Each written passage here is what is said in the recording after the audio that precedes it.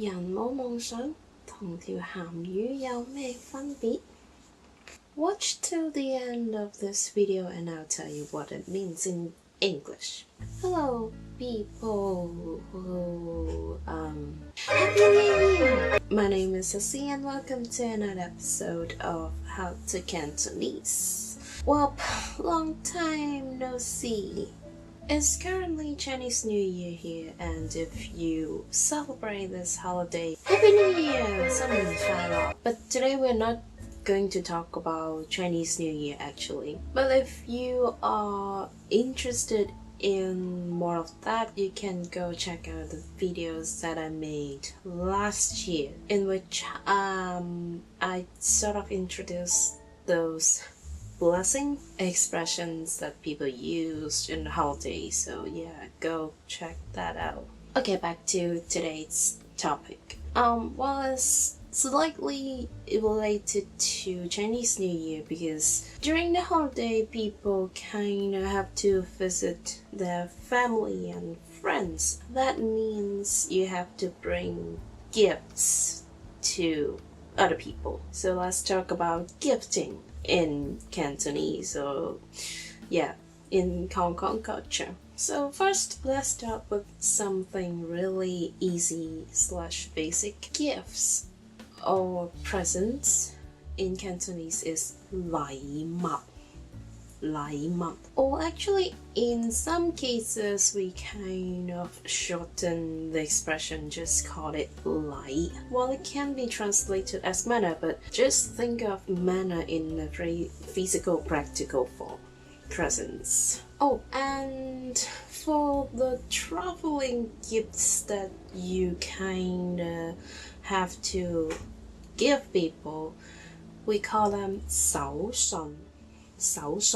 In English, you can use the word gift as a noun, of course, but you can also use it as a verb, as in, like, I gift you a watch. But in Cantonese, you can't. You really have to use a real verb for gifting gifts to people. Well, you may think of 俾 as in give literally, but in fact we use the verb 送 if you're describing gifting, like more emphasis on the gifting part instead of just handing something to other people. So the whole phrase gifting gift is 送禮物. 送禮物, or just 送禮 in short. So yeah, the very basic level is done. Someone there is like snoring. We go. Time for something more cultural. Well, let's talk about some do's and don'ts when it comes to gifting. Well, more like don'ts. People like different things. You don't have one ultimate present that always suits each and everyone, not even cash. So let's just talk about the don'ts. In Hong Kong culture, there are two things that you don't want to gift people because you will be yelled at, especially to people who are super superstitious. Super superstitious.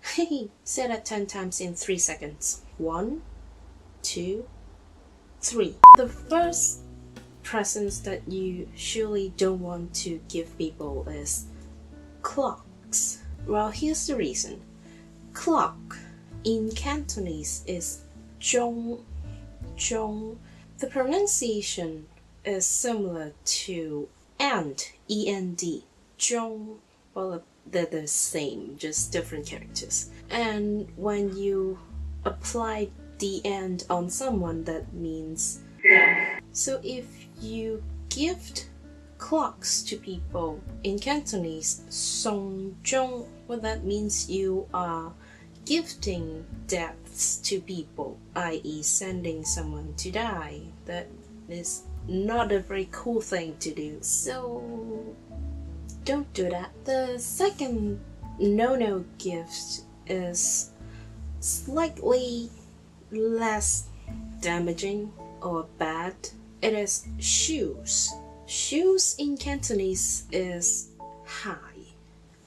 Hai. And hai has the same pronunciation as sighing, you know, in Cantonese. That is like that. So if you are gifting shoes to people, that means you are gifting sighs to people. Normally when you have to sigh about stuff, that is not a very good situation. So gifting sighs implies you're gifting bad luck to people. So maybe don't do that. And there's an alternative meaning saying that if you gift shoes to, I don't know, your significant others, others. Anyway, boyfriends, girlfriends, stuff like that. If you gift shoes to them, they will wear the shoes and walk away, so don't do that. So I think that's it for today's video. And let's do a quick recap on the vocab. Lãi mặt or lãi, presents or gift. To gift people something,送禮物,